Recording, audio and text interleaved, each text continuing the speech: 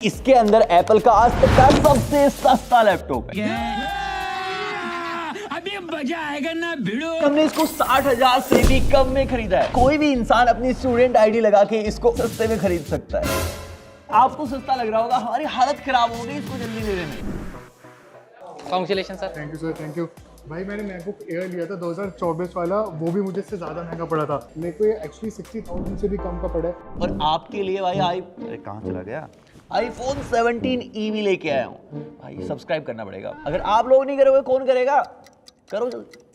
कर दिया ना, भरोसा करके आगे चल रहा हूँ, वरना चलता नहीं मैं। हाँ, दो अनबॉक्सिंग आने लगे। देखो इसके बाद हमको मेन वाला डिब्बा खोलना पड़ेगा। क्या नींबू कलर दिख रहा है अंदर मेरे को। सच में एप्पल ने बहुत ही ज्यादा यूनिक लैपटॉप बनाया है। आसूस के एक्स सीईओ ने यहाँ तक कह दिया है कि ये लैपटॉप्स की दुनिया हिलाने वाला है। यहाँ तक कि फोर्ब्स खुद कह रहा है कि डेल, HP, लेनोवो, बहुत सारे विंडोज लैपटॉप भाई खतरे में है इस एक के आ जाने के बाद। एप्पल का सबसे पहला लैपटॉप 1989 में लॉन्च हुआ था 4.5 लाख रुपए का, जिसको आज के हिसाब से कन्वर्ट करें तो भाई 13 लाख रुपए होते हैं। कि एप्पल का सबसे पहला मैकबुक भी 2,85,000 रुपए का लॉन्च हुआ था, और सबसे सस्ता जो आज के दिन में आ रहा है वो इससे 50,000 रुपए ज्यादा महंगा है। सबसे सस्ते लैपटॉप की सील तोड़ते हुए बिल्कुल वही फील देता है। एक्साइटमेंट हो रही है इसको देखने के लिए।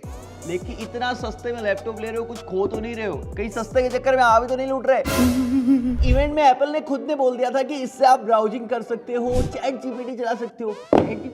ये रहा अपना पन्नी पैक लैपटॉप। मुझे सच में एक्साइटमेंट हो रही है इसका कलर देखने के लिए। ऐसा लग रहा है कि नींबू निचोड़ के बनाया है। इसको देख के मेरे को टैंग और विम बार की थोड़ी थोड़ी फील आ रही है। हर जगह नींबू ही नींबू दिखाई दे रहा है मेरे को। पहली बार मैंने मैकबुक में ऐसे स्क्रूज बाहर की तरफ देखे हैं। मैं आपको इसके आगे ना महंगा वाला दिखाने वाला हूँ, उससे कंपेयर करके आप देख सकते हो कि कितना एक्चुअली डिफरेंस होता है। सबसे बड़ी बात, इस लैपटॉप के अंदर लैपटॉप वाला प्रोसेसर ही नहीं है, इसके अंदर एक फोन का प्रोसेसर है। तो क्या ये आज तक का सबसे वीक लैपटॉप होगा? यहाँ पे कुछ और भी डाल रखा है। क्या डाल रखा है? कुछ भी तो नहीं है, सिर्फ 2 पेज दिए हैं भाई डॉक्यूमेंटेशन के नाम पे। और उसके बाद मैंने आज तक किसी लैपटॉप के साथ इतना छोटा चार्जर नहीं देखा भाई। Xiaomi के फोनों के साथ 120 वोल्ट के चार्जर आ रहे हैं, ये देखो 20 वोल्ट का चार्जर दे रहे हैं लैपटॉप के साथ। और ये एक ब्लेड केबल है C2C, ये जो है ऐसे लेमन कलर में है। और ये रबर वाले ये भी मैच करने की कोशिश करी है इन्होंने, ये बटन भी मैच करने की कोशिश करी है। और मैंने इतने सारे विंडोज लैपटॉप ट्राई किए हैं भाई, कीबोर्ड फ्लैश बहुत सारों में होता है, इसके अंदर कुछ है ही नहीं ऐसा। बंद करने के बाद ये बिल्कुल ही फ्लैट है। ये कर्व जो है वो कुछ ज्यादा ही कर्व हो चुके हैं। मैकबुक्स में यहाँ पे आपको स्पीकर्स देखने को मिलते हैं, लेकिन इनमें यहाँ पे कटआउट है। देखो इसको आए हुए 5-6 साल हो चुके हैं, तब इसके इतने बड़े बेजल्स थे। इससे इसको कंपेयर कर सकते हो आप। और ये है लेटेस्ट वाला, इसके अंदर ऑलमोस्ट बिल्कुल भी नहीं नोच आ चुकी है इसके अंदर, लेकिन इसके अंदर अभी भी है। यहाँ पे आपको सिर्फ 2 पोर्ट्स मिलते हैं, एक USB 3.0 है, एक 2.0। इसमें कोई भी थंडरबोल्ट वाला पोर्ट है ही नहीं। मतलब ये जो आगे वाला है उससे बहुत ही धीरे डेटा ट्रांसफर होगा, पीछे वाला जो है वो थोड़ा इससे फास्ट है क्योंकि 3.0 है। लेकिन अगर आपको इसकी डिस्प्ले छोटी लग रही है, आपको मॉनिटर वगैरह लगाना है बड़ा, तो आप यहाँ से कनेक्ट कर सकते हैं। ये 256 GB वाला वेरिएंट है। अगर आप 512 GB वाला लेते हैं 10,000 रुपए और देके, तो आपको यहाँ पे टच ID भी मिलती है। इसके अंदर 13 इंच की डिस्प्ले लगा रखी है। ये सबसे छोटी डिस्प्ले है अब मैकबुक में। डिस्प्ले के नंबर्स आप यहाँ पे देख सकते हो। ये एक लिक्विड रेटिना डिस्प्ले है। सीधा सीधा बताऊं तो भाई इस प्राइस रेंज में इससे बेटर आपको डिस्प्ले मिलती ही नहीं है किसी भी विंडोज लैपटॉप। हम सबको बताया कि मैकबुक के और आईफोन के स्पीकर्स कितने तगड़े होते हैं, तो इसके अंदर देखते हैं सबसे सस्ता है तो सबसे गंदे ही होने चाहिए भाई।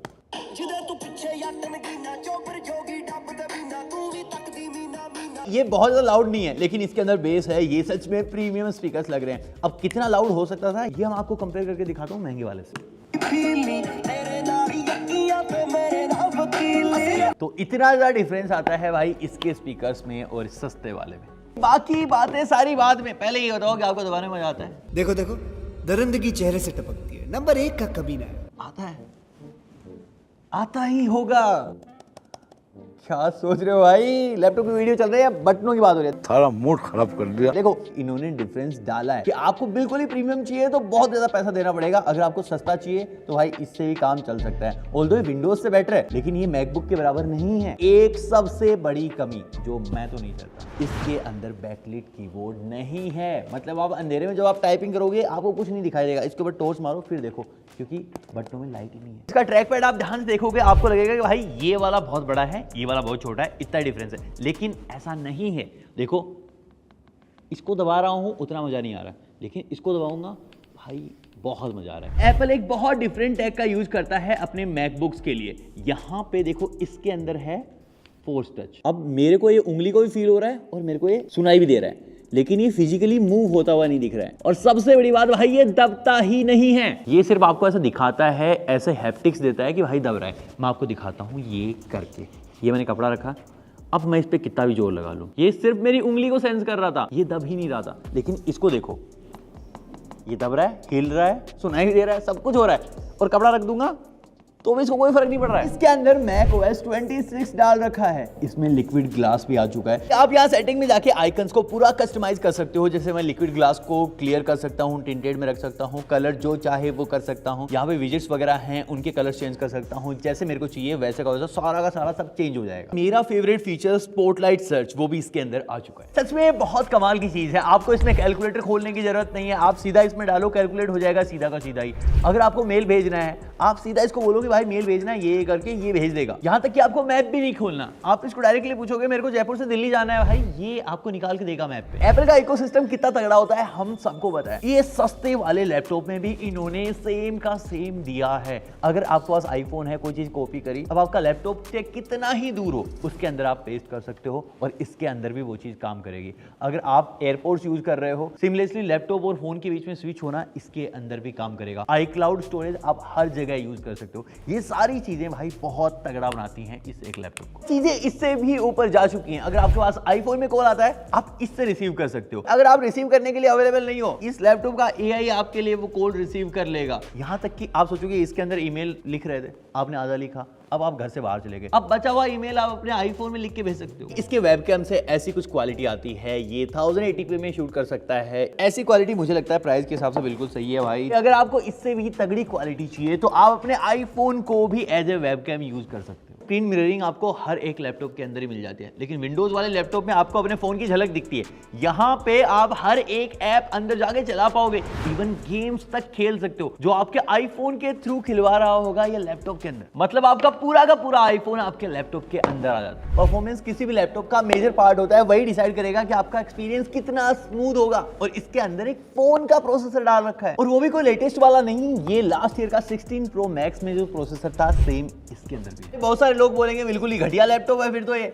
रुक जाओ भाई, टेस्ट तो कर ले पहले। अभी आप चौंकने वाले हो, क्योंकि इसकी जो सिंगल कोर की परफॉर्मेंस है वो कोई भी बीट नहीं कर सकता। चाहे वो M1 हो, M2 हो, M3 हो, i5 हो, Ryzen 7 हो, सबकी परफॉर्मेंस से ज्यादा बेटर है इसकी सिंगल कोर की परफॉर्मेंस। और ये बहुत बड़ी बात है। कुछ लोगों को समझ नहीं आ रहा होगा कि सिंगल कोर का मतलब क्या है। आपके डे टू डे लाइफ के जितने भी टास्क हैं वो आप सिंगल कोर पे ही करते हो मोस्टली, जैसे ब्राउजिंग करना, ChatGPT यूज करना, फोटोज एडिट करना, या फिर मूवीज देखना, MS ऑफिस यूज करना। ये सारे टास्क सिंगल कोर पे होते हैं और वो सारे काम ये ज्यादा फास्ट कर सकता है। और ऐसा इसलिए हो पा रहा है क्योंकि फोन्स के प्रोसेसर बहुत ज्यादा कैपेबल हो चुके हैं। उनकी परफॉर्मेंस अपने फोन में हम कभी निकाल ही नहीं सकते। यहाँ पे 8 GB की रैम डाल रखी है, क्योंकि इसके अंदर जो प्रोसेसर है उसके अंदर रैम इंटीग्रेटेड ही आती है, क्योंकि फोन का प्रोसेसर है भाई। बाकी सारे मैकबुक में या फिर विंडोज लैपटॉप में आपको रैम बढ़ाने का ऑप्शन मिलता है, लेकिन इसके अंदर वो ऑप्शन दे ही नहीं सकते। अगर आप गेमिंग करते हो, बहुत ज्यादा तगड़ी मल्टीटास्किंग करते हो, तो इसका जो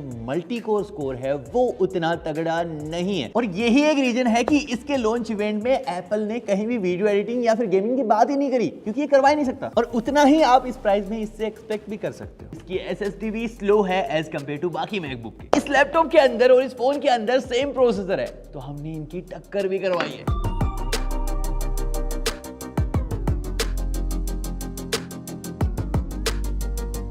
यहाँ पे डिफरेंस काफी क्लियर है। सेम प्रोसेसर होने के बावजूद भी ये लैपटॉप के अंदर ज्यादा अच्छा परफॉर्म करता है, क्योंकि इसके अंदर एरिया बड़ा है, जिसकी वजह से ये हीट काफी अच्छे से मैनेज कर पाता है। ऐसा नहीं है कि इस लैपटॉप के अंदर आप बाहरी एप्स यूज नहीं कर सकते। जैसे अगर आपको वीडियो एडिटिंग करनी है, एप्स भी इसके अंदर चल जाएगा, हालांकि उतना तगड़ा नहीं चलेगा, लेकिन काम चलाया जा सकता है। बाकी इसके अंदर भाई 36.5 वोल्ट आवर की बैटरी मिलती है, जो 16 घंटे तक एप्पल क्लेम करता है कि चल जाती है। इसके अंदर कोई भी फैन नहीं लगा रखा है, क्योंकि भाई प्रोसेसर ही फोन वाला है। मैं आपको सम अप करके बताता हूं कि एक्चुअली कहानी क्या है। बहुत सारे कॉम्प्रोमाइजेस हैं इसके अंदर। फोन का प्रोसेसर डाल रखा है, चार्जिंग भी स्लो है, मैग्नेटिक चार्जर नहीं है, ये कीबोर्ड है उसके अंदर भी उतने फीचर्स नहीं है, बड़े बड़े से बेजल्स हैं, 8 GB की ही रैम है, लेकिन उसके बावजूद भी ये बहुत ही काम की मशीन है। अगर हम डेडिकेटेड गेमर्स की बात करें तो 5-7% गेमर्स होंगे, जो एडिटर्स होंगे वो उनसे भी कम संख्या में होंगे। उसके बाद वो लोग आते हैं जो तगड़े तरीके से लैपटॉप को यूज करते हैं, एकदम हैवी। तो वो अगर आप 10% भी लगाओगे तो 70% से ज्यादा वो लोग हैं